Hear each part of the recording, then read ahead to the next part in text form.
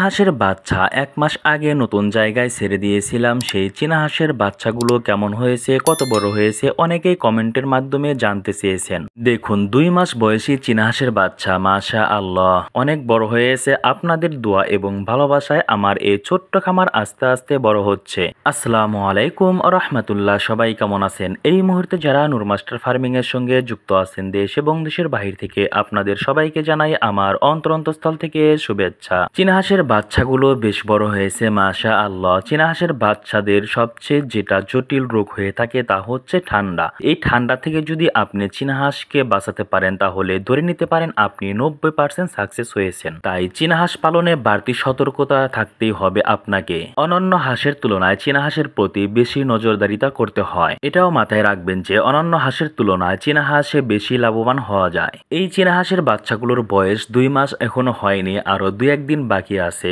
মাশাআল্লাহ বয়স অনুযায়ী বাচ্চাগুলো বেশ বড় হয়েছে আলহামদুলিল্লাহ। বাচ্চাগুলোকে আজকে আবার নতুন পানি দিয়ে দিলাম।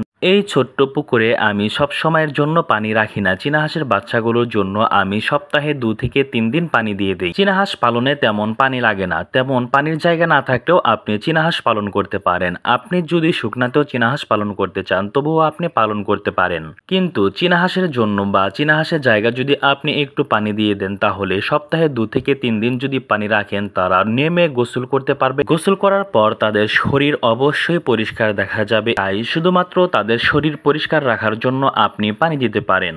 অন্যান্য হাঁসের তুলনায় চীনা হাঁসে কেন লাভ বেশি? চীনা হাঁসে খাবার খরচ অনেক কম হয়ে থাকে। আপনি যদি পাতি হাঁস পালন করে থাকেন তাহলে তাদেরকে সবসময় খাবার দিয়ে রাখতে হবে। চীনা হাঁসকে আপনি যদি দানাদার খাবার দিয়ে দেন দেখবেন অল্প কিছু পরিমাণ খাবার খেয়েই তারা সন্তুষ্ট থাকবে এবং খুবই দ্রুত বড় হয়ে যাবে।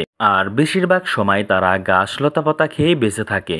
আপনার বাড়ির আশেপাশে দেখবেন বেশ কিছু ঘাস লতাপাতা আছে যেগুলো চীনা হাঁস ভালোভাবে খেয়ে থাকে। ওই চীনা হাঁসের জন্য আপনি ঘাস লতাপাতা এনে দিতে পারেন। তাই আপনিও শুরু করতে পারেন বাড়তি আয়ের জন্য এই চীনা হাঁস পালন। আর তাও যদি না করেন, বাড়িতে খাবারের জন্য বা পরিবারের চাহিদা মেটানোর জন্য ২-১টি হলেও চীনা হাঁস পালন করতে পারেন।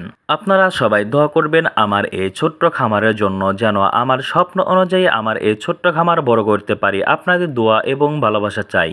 আপনাদের ভালোবাসা নিয়ে অনেক দূর এগিয়ে যেতে চাই ইনশাআল্লাহ। আশা করি আপনারা সব সময় পাশে থাকবেন।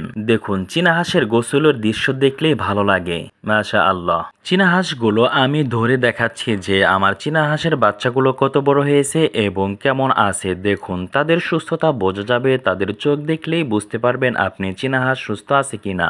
মাশাআল্লাহ চীনা হাঁসগুলো বেশ ওজন হয়েছে আলহামদুলিল্লাহ, প্রায় ১ থেকে ১.৫ কেজি ওজনেরও বেশি হয়েছে এক একটা চীনা হাঁসের বাচ্চা। চোখগুলো একদম ফ্রেশ, আপনারা দেখতেই পাচ্ছেন মাশাআল্লাহ। আলহামদুলিল্লাহ এরকম চোখ দেখলেই বোঝা যায় যে কতটা সুস্থ আছে এই চীনা হাঁসের বাচ্চাগুলো। সবাই দোয়া করবেন আপনার প্রিয় পশু পাখি নিয়ে নিয়মিত ভিডিও দেখতে। সাবস্ক্রাইব করে নূর মাস্টার ফার্মিং এর সঙ্গেই থাকুন। আল্লাহ হাফেজ।